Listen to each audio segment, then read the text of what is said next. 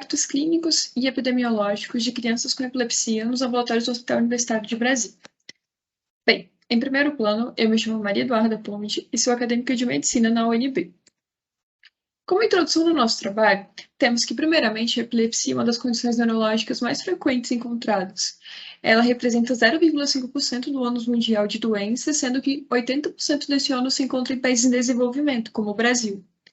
No aspecto da neuropediatria, temos que a doença tem uma maior prevalência na faixa etária pediátrica, o que pode acarretar prejuízos a longo prazo, principalmente considerando que estamos lidando com adultos em desenvolvimento.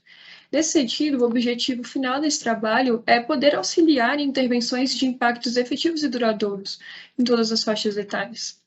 Para isso, foi feito um estudo retrospectivo descritivo do tipo corte transversal, com a possibilidade de análise de prontuários de pacientes nos ambulatórios de neurologia pediátrica do HUB. A metodologia utilizada foi, primeiramente, a pesquisa ao banco de dados de levantamento de pacientes atendidos nas subespecialidades neuropediátricas até 2021. Depois foi feita a identificação dos pacientes cuja categoria se enquadraram em epilepsia. Foi feita, por fim, a organização em ordem alfabética dos 50 primeiros que tinham prontuários eletrônicos para serem selecionados e um protocolo conforme as variáveis clínicas identificadas como mais importantes para a epilepsia. Nesse protocolo foi considerado faixa etária, sexo, procedência, idade de início, tipos de crise, o eletroencefalograma, o EEG, a frequência de crises, internação, a história familiar e a terapêutica utilizada. Como resultado, foram identificados 253 pacientes na categoria epilepsia e 50 pacientes desses foram selecionados. Como resultados, então, portanto, da análise desses 50 pacientes, temos que 17 eram do sexo feminino e 33 do sexo masculino. A procedência pela unidade da federação eram que 30 eram do DF e 17 eram do Goiás. A idade de início da primeira crise epiléptica em 23 dos pacientes foi depois de um ano, mas em 27 começou antes do primeiro ano.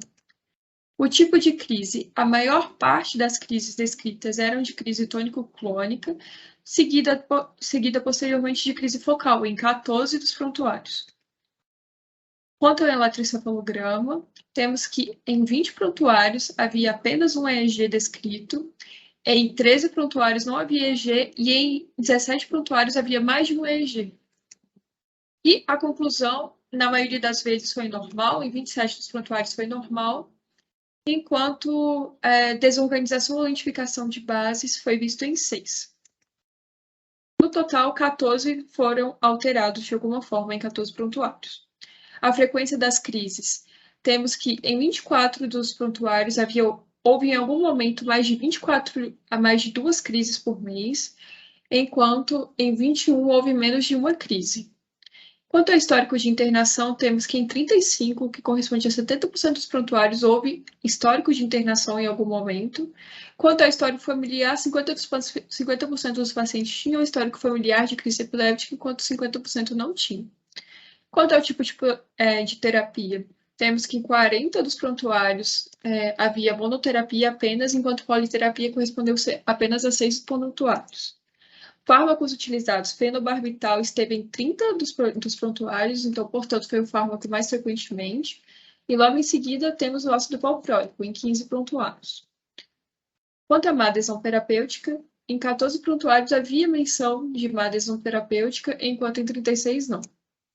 Como conclusão, então, desse trabalho, temos que foi possível uma análise do perfil clínico e epidemiológico desses pacientes, e temos análises interessantes, como 34% dos pacientes são provenientes de Goiás e que existe um importante histórico de internações relacionadas à epilepsia.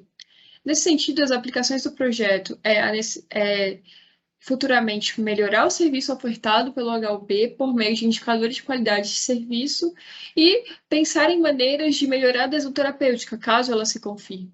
As limitações desse trabalho até agora considerado o número pequeno de pacientes avaliados nesse trabalho até então, a subjetividade dos prontuários, sendo uma pesquisa de revisão de prontuários e depender de quem os escreveu na acurácia das informações, e a possibilidade de perda de informações entre prontuários eletrônicos e prontuários físicos.